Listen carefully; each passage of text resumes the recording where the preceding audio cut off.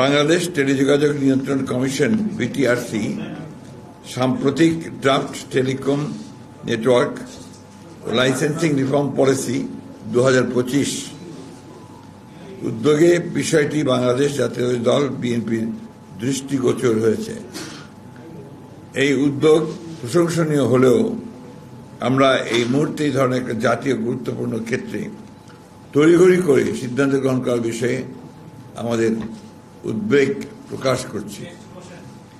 এই নীতির উদ্দেশ্য হল লাইসেন্সিং পদ্ধতি সহজ করা, প্রযুক্তিগত অগ্রগতি উৎসাহিত করা, গ্রামীণ জনগণের ডিজিটাল অন্তর্ভুক্তি বাড়ানো, যা অবশ্যই ইতিবাচক একটি বিষয়।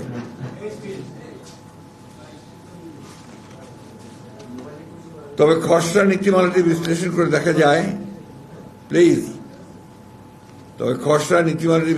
দেখা যায় যে এটি গুরুতর সমস্যা রয়েছে, যা টেলিকম খাতে সমতাভিত্তিক ও টেকসই উন্নয়নে বাধা দিতে পারে।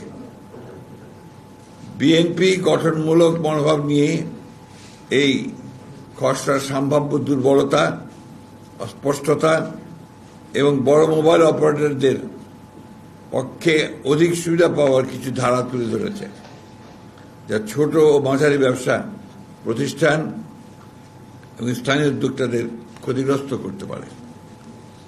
আমরা সরকারকে জানাই, এই গুরুত্বপূর্ণ নীতি বাস্তবায়নের আগে তারা যেন পূর্ণাঙ্গ আর্থিক ও সামাজিক প্রভাব বিশ্লেষণ এবং সংশ্লিষ্ট সব পক্ষের এসএমই বিশেষজ্ঞ ভোক্তা সংগঠনের সঙ্গে অংশগ্রহণমূলক আলোচনা করার পর নীতিমালা চূড়ান্ত করেন। বিশেষ করে সামনে জাতীয় নির্বাচনকে সামনে রেখে বিবেচনায় রেখে এই ধরনের একটি জাতীয় গুরুত্বপূর্ণ নীতিমালা এ সময়ে একতরফাভাবে প্রণয়ন করা সমীচীন হবে না বলে বিএনপি বিশ্বাস করে। সম্ভাব্য সমস্যা ও চ্যালেঞ্জ: বাজারে একচেটিয়া আধিপত্যের ঝুঁকি, একাধিক সেবা খাতে মালিকানা রাখার নিষেধাজ্ঞা তুলে নিলে বড় মোবাইল অপারেটররা একাধিক খাতে একচেটিয়া নিয়ন্ত্রণ প্রতিষ্ঠা করতে পারবে। এতে প্রতিযোগিতা কমে যাবে, ছোট প্রতিষ্ঠানগুলো পিছিয়ে পড়বে। এসএমইদের আর্থিক সংকটে পড়ার আশঙ্কা দেখা দেবে। ডিরেগুলেশনের নিয়ন্ত্রণ শিথিল পরে এসএমই, বিশেষ করে স্থানীয় আইএসপি বা ছোট টেলিকম অপারেটরদের সম্পদ ও দায়বদ্ধতা নিয়ে সুস্পষ্ট দিক নির্দেশনা না থাকায় তারা বড় ধরনের আর্থিক সংকটে পড়তে পারে।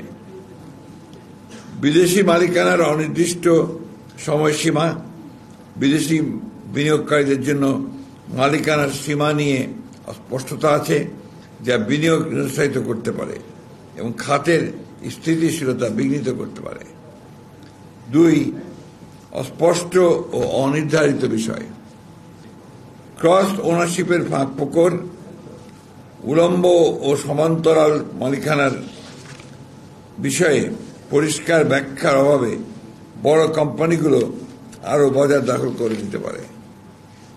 এন্টারপ্রাইজ সার্ভিসের সীমা অস্পষ্ট, মোবাইল অপারেটরদের ফাইবার ভিত্তিক ব্যবসা, সংযোগ সেবা কোথাও সীমাবদ্ধ, তাই স্পষ্ট নয়, ফলে বিবাদ ও অসাম্য তৈরি হতে পারে।